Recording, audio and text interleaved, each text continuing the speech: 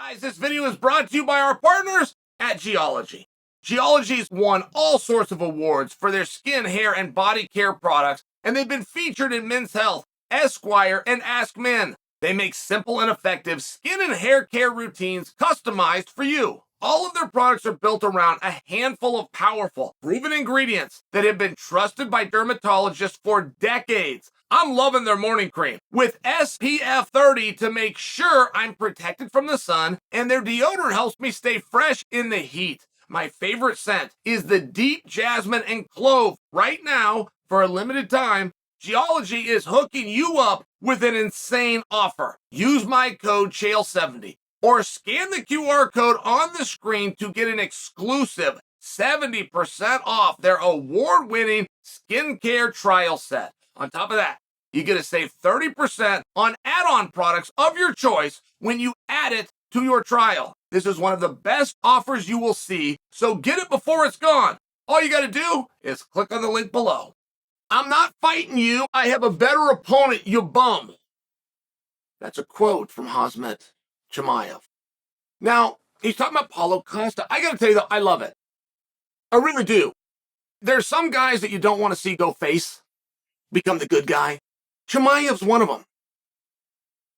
He's not completely authentic. My sense is he's a pretty nice guy. But he is a competitor. That part is authentic. He will compete with anybody. He's hungry and he wants something and he's coming after it. And he is not afraid to break a few eggs to make an omelet. I'm just sharing that with you, and I haven't heard from him as much as I would like to. Chimaev is one of the media sensations, media darlings in the history of our sport. Truly, if you look at what the media did with Ronda, nobody's touched that, right? She was the queen. But boy, Chimaev, he might have been number 2 ever. You guys were just right before the pandemic. I've got to word it that way because the pandemic made me lose track of time. I usually was good with time. In 2020 and 2019, I used to be able to do that. But just prior to that, I mean, you couldn't open up a site. You couldn't go to a news site and not see Chimaev. My YouTube being one of those. I'm at him every day. And I'm very interested in him. I just have no information. I have no news to bring you. And Bo Nickel barked at Chimaev. I'm waiting for that response. Paulo Costa barked at Chimaev. We've got a response. And I'm just bringing to you that I like the consistency. I like that he's not sure. You know, a lot of guys, they get a little something and they change. And they'll all say ahead of time, right? You guys will say, if I win the lottery, I'll go to work tomorrow. Money wouldn't change me. You'll say those things. And I don't suggest that it's just money, but you want these fights and you want to be on the main card. You want some attention. You want the media. You want the world to know who you are. You want to be recognized for your skills. And then when you start to get that, it's not quite as important because now you got it.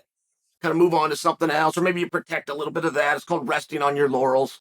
And it's almost impossible to not fall into that. No matter how much ahead of time you say, that won't happen to me. Yeah, it will. Of course it will. Things change. And I like to still see a guy who stays true to it, right? I mean, Paulo Costa is called the Terminator. He didn't call himself the Terminator, by the way. Paulo was given that name because he's a Terminator. I mean, this is just not a guy that people play around with. So I just find it entertaining. I'm just sharing that with you. Now, I do want to take a little bit closer look here because we're missing something. Oh, by the way, I don't think when that something is revealed to us, this is going to be a massive conspiracy. I'm not going down that road. But like all things in life, the cover-up is worse than the crime. Every time. So let's go back, okay? And we got to just take a look at Salt Lake. Salt Lake is the pay-per-view that Chimaev was scheduled for to take on the Russian. Now, the UFC as a company wanted that fight. I don't know why. I don't know what the reasoning was, but they wanted it. And they wanted it enough that they interrupted what was already being planned to happen, which was Paulo Costa versus Chimaev in October. And that is confirmed by Chimaev and Paulo Costa. They were going in that direction. And the word was out. It's very rare in this sport that anybody would attempt to unwind what would cost you literally tens of thousands of dollars to do to get a message out. I mean, I'm just sharing with you, even if it's a rumor and it's speculation, if it's out there and people believe it, okay, hey, we got to get this done. Let's get these contracts. The world thinks these two are fighting. We never crossed our mind, but we got to get them to fight now. It's one of those things.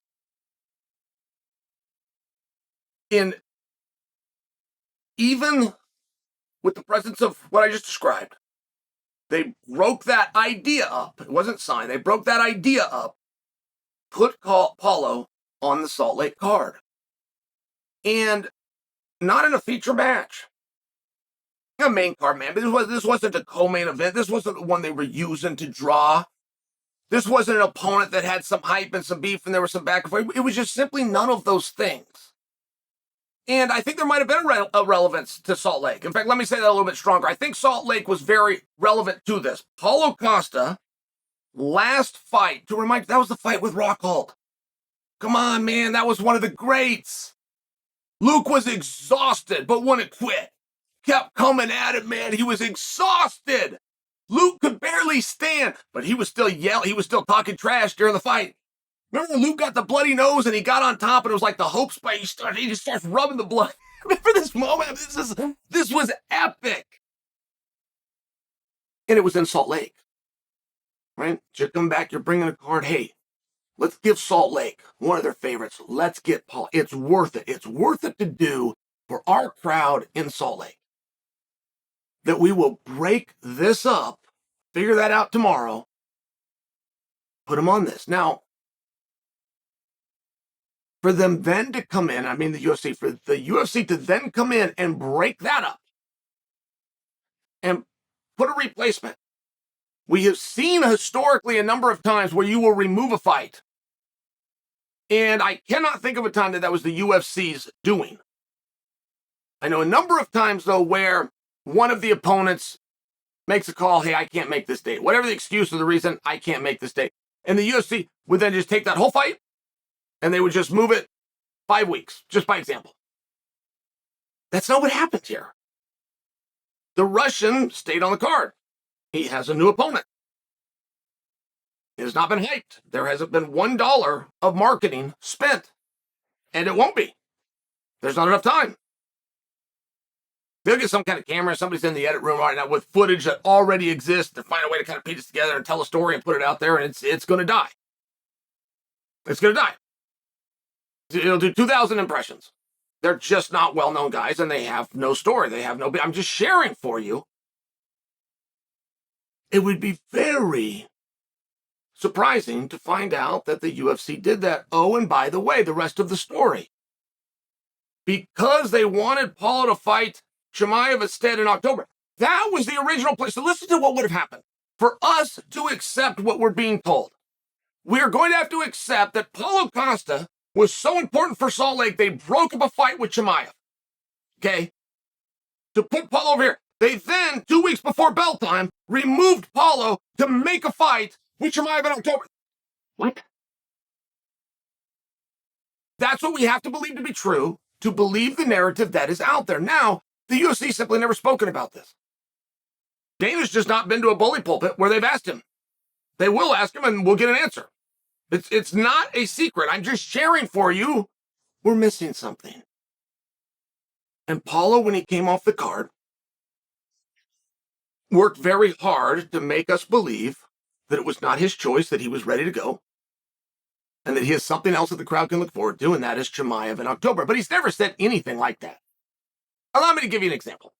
Chimaev's, Paulo Costa's put out roughly 5 tweets, and Twitter is his platform of choice, and he's great. He's great on there. But he put out one this morning, and it said, I have signed. Then it had an emoji of like a little box with a check mark. And it went crazy. I mean, this is spinning everywhere. Like, okay, we got the confirmation. But all 5 of his tweets were along that vein. I have signed. Well, You have signed what? You have signed for what? Are we even talking MMA? Are we even talking bout agreements? Are we talking October? Are we talking Abu Dhabi? Are we talking Chimaev? I mean, I'm just sharing these things. None of the tweets said anything along those lines. And then Chimaev comes out, clears it up in some fashion by saying, I got a better opponent, you bum. So I do not believe that Paulo versus Chimaev is being reworked on. I just don't. And I also don't believe that the UFC broke that fight up. They have never done that in the history of the organization that I know of. If it happened, it was real quietly. I mean, I've never, even on an undercard. I'm not just talking about one of your feature guys. I'm talking, and I've never heard of this. There was a at all costs attitude by Dana White that you preserve the card that you said you were going to bring. I mean, at all costs, to the point that now I discussed a new policy where the fight falls apart, they will just move that fight, which I like. I personally prefer that, but that's a new policy. There was 15 years there where if one guy pulled out, this guy stayed, and you found him an opponent, you scrambled, whatever, and you didn't move him down the card. If you had to go find him a guy from the regional scene that had never been on TV before, you would still do it, and you would still keep this guy in that position because that's what you told him you were going to do. And I only reference that to speak to the idea that I don't think they would have interrupted it. I don't think they did interrupt it. I don't know what happened here. But I also will remind you that we have not been told. We've chosen to accept, and we've chosen to believe. And all we've really been told is some random messages such as, I just signed. And our minds kind of went from there. And I do think it's interesting. And I do think that Paulo is doing this perfectly. I really do. I think to keep the attention and keep himself associated with names and positions of that level, whatever's going on. And the only thing that makes me understand it is possible that what we think is happening, it's possible that they just interrupted the card. It's possible. But we would all believe that that's because we needed this piece and we needed to put it here. We needed this. This needs to be done for the greater good. And that's not what happened. That's not what happened. As of right now, Paulo Costa has no fight with anybody anywhere. So if there was an illness or an injury, which happens all the time, or hey, I can't make the weight, whatever it was, and that phone call took place, generally Paulo would not, in his own mind, believe that he could come out with anything short of, hey man, here, guys, here's what happened. Because he would believe that's going to come out, but he did. He did go in a different direction, believing whatever that is, he can preserve. He can preserve enough to go and have his fun and get his headlines. And that's the part that creates confusion. That's the part where, well, maybe, and then you got to say that for about like 5 other directions. Or, well, and then it could be this. Well, yeah, maybe, maybe it'll come out. I'm just letting you know. You think you're assured Paulo Costa and Chimaev in October. That is not, as of right now, that is not the case.